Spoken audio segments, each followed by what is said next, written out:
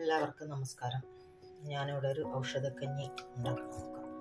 എനിക്ക് കിട്ടിയ കുറച്ച് ചെടികൾ കൊണ്ട് ഇതിൽ കീഴാർനെല്ലി കിട്ടിയിട്ടുണ്ട്. ഉണ്ടോ, ഇതിപ്പോൾ വെള്ളത്തിലിട്ടത് കൊണ്ട് കേട്ടോ. ഒരു ചെടി കിട്ടിയിട്ടുണ്ട്. കീഴാർനെല്ലിയുടെ അടിയിൽ ഇങ്ങനെ നെല്ലിക്ക പോലെ ഉണ്ടോ, അതേപോലത്തെ അങ്ങനത്തെ ചെടിയാണ്.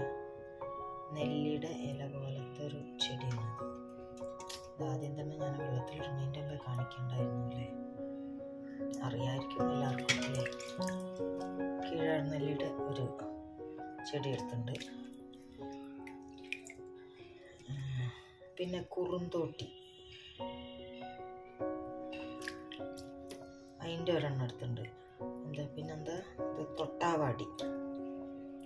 തൊട്ടാവാടിയുടെ ഒരു ചെറുതൊരെണ്ണം കിട്ടിയിട്ടുണ്ട് കേട്ടോ. അത് അതിൻ്റെ കുഞ്ഞിയ ഒരു ചെടിയാണ് കിട്ടിയത്. അപ്പോൾ അത് ഒരെണ്ണം എടുത്തിട്ടുണ്ട്. പിന്നെ മുള്ളഞ്ചീരയുടെ ഒരു ചെടി കിട്ടിയിട്ടുണ്ട് എനിക്ക്. ഒക്കെ 3-4 പ്രാവശ്യം നന്നായി കഴുകി, പിന്നെ കുറച്ച് ഉപ്പ് വെള്ളത്തിൽ കുറച്ച് നേരം ഇട്ട് വെച്ച്, ഞാൻ ഉപ്പ് വെള്ളത്തിൽ ഒന്ന് കഴുകി, പിന്നെ കുറച്ച് മഞ്ഞൾ വെള്ളത്തിൽ ഇട്ട് വെച്ചിരിക്കുക കേട്ടോ. അത് അതാണ് ഈ വെള്ളം ഇങ്ങനെ മഞ്ഞൾ വെള്ളത്തിൽ ഇട്ട് വെച്ചതുകൊണ്ട്. മഴക്കാലമല്ലേ, അപ്പോൾ അത് എന്തെങ്കിലും കീടാണുണ്ടെങ്കിൽ ഇതാണ്ടോ മുള്ളഞ്ചീരയ്ക്ക് ഇതേപോലത്തെ ഉണ്ടോ, കതിരും ഉണ്ടാവും, ഇതേപോലത്തെ ഇലയാണ് അതിൻ്റെ മുള്ളഞ്ചീരയുടെ. എന്തോന്ന് വെള്ളത്തിൽ നിന്ന് എടുത്ത് കാണിക്കാം. ഇതാണ്ട് അങ്ങനത്തെ ആണ്, മുള്ളുണ്ടാവും കേട്ടോ അതിൽ. മുള്ളാണ് കേട്ടോ അത് കാണുന്നത്, നല്ല ഷാർപ്പുള്ള മുള്ളാണ്. നോക്കിയിട്ട് വേണം. അപ്പോൾ ഇതെല്ലാം കൂടി ഒന്ന് അരിഞ്ഞിട്ട് ഞാൻ മിക്സിയിലിട്ടിട്ട് അടിച്ചിട്ട് അതിൻ്റെ ചാറെടുക്കാൻ വേണ്ടിയിട്ടാണ്. ഞാൻ ഒരു 1/4 കപ്പ് ചെറുപയർ വെള്ളത്തിലിട്ട് വെച്ചിട്ടുണ്ട്. 1/4 കപ്പ് ചെറുപയറും 1 ടേബിൾ സ്പൂൺ ഉലുവയും വെള്ളത്തിലിട്ട് വെച്ചിട്ടുണ്ട്. പിന്നെ 1/2 കപ്പ് അരി, കുത്തരി, എന്താ പറയുക, നെല്ല് കുത്തി അരിയില്ലേ, അത് നാട്ടിൽ നിന്ന് കൊണ്ടുവന്ന അരിയാണ്. അതും കൂടി ചേർത്തിട്ട് ഇതെല്ലാം കൂടി ചേർത്തിട്ട് ഒന്ന് വേവിക്കാൻ വയ്ക്കാം കുക്കറിൽ കേട്ടോ.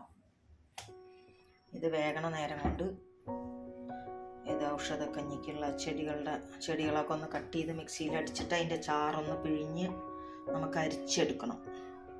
അത് കുക്കറിലിട്ട് കാണാം. ഞാനിവിടെ അരിയും പയറും ഒക്കെ കുക്കറിലിട്ടിട്ട് വേവിക്കാൻ വെച്ചിട്ടുണ്ട് കേട്ടോ.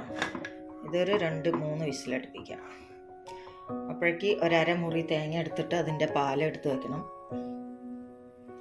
ഇത് പിന്നെ ഈ മുള്ളഞ്ചീരയുടെയും തൊട്ടാവാടി, കുറുന്തോട്ടി, അതിൻ്റെയൊക്കെ നമ്മൾ നന്നായി അരച്ചിട്ട് അതിൻ്റെ ചാറെടുത്ത് പിഴിഞ്ഞിട്ട് അരിച്ചെടുക്കണം.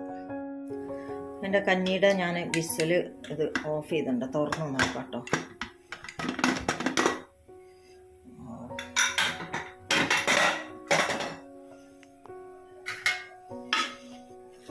ഇത് നന്നായിട്ട് വെന്തിട്ടുണ്ട് ഇവിടെ. ഇനി ഇതിലേക്ക് നമുക്ക് അരച്ച് വെച്ച ഇത് മരുന്നിൻ്റെ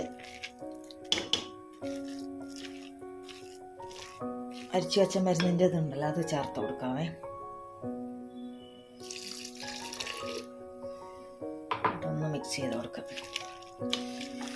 ഇതിൽ കടന്നിട്ട് നന്നായിട്ട് ഒന്നുകൂടിയും തിളക്കട്ടെ കേട്ടോ. അതിലേക്ക് പിടിക്കല്ലോ നന്നായിട്ട്. ഇതൊന്ന് തിളച്ചതിൻ്റെ ശേഷം നമുക്ക് തേങ്ങാപ്പാൽ ചേർത്ത് കൊടുക്കാം.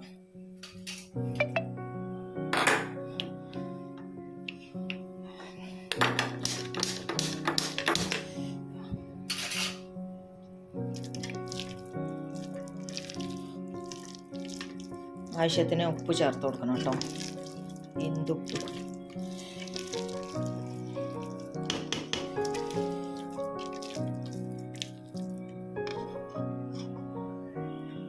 ഇതൊന്ന് കടന്നാവട്ടെ ഇനി.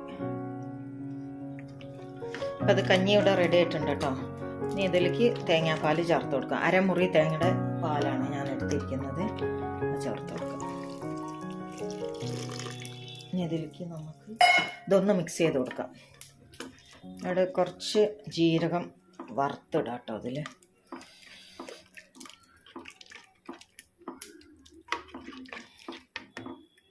ഇപ്പം കഞ്ഞിയുടെ റെഡി ആയിട്ടുണ്ട്.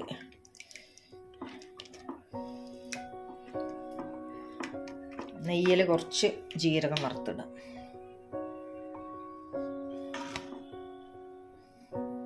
അങ്ങനെ ഒരു പാന് ചൂടായിട്ടുണ്ട്. പാൻ വെച്ചിട്ട് അതിലേക്ക് 1 ടേബിൾ സ്പൂൺ നെയ്യ് ഒഴിച്ചു കൊടുക്കുക.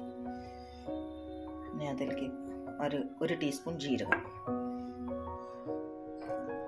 നെയ്യ് ചൂടായിട്ടുണ്ട്. അപ്പോൾ അതൊന്ന് പൊട്ടിച്ചെടുക്കാം.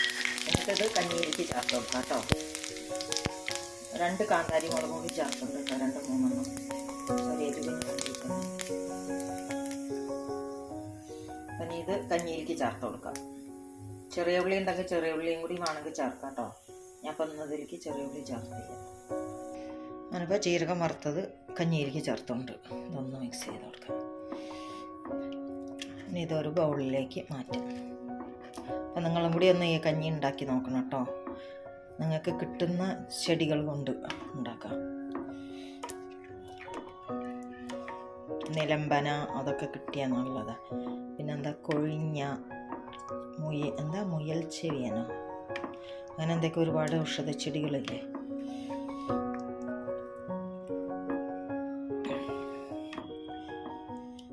ഇതൊരു ബൗളിൽ മാറ്റി. അപ്പോൾ അവിടെ കഞ്ഞി റെഡി ആയിട്ടുണ്ട്. കഞ്ഞിയും പപ്പടവും. അപ്പം നിങ്ങളെല്ലാവരും ഒന്ന് ഉണ്ടാക്കി നോക്കണം കേട്ടോ. ഉണ്ടാക്കി നോക്കിയിട്ട് നിങ്ങളുടെ അഭിപ്രായം എന്ന് പറയണേ. ഔഷധക്കഞ്ഞി, കിട്ടിയ ഔഷധം കൊണ്ടുള്ള കഞ്ഞി.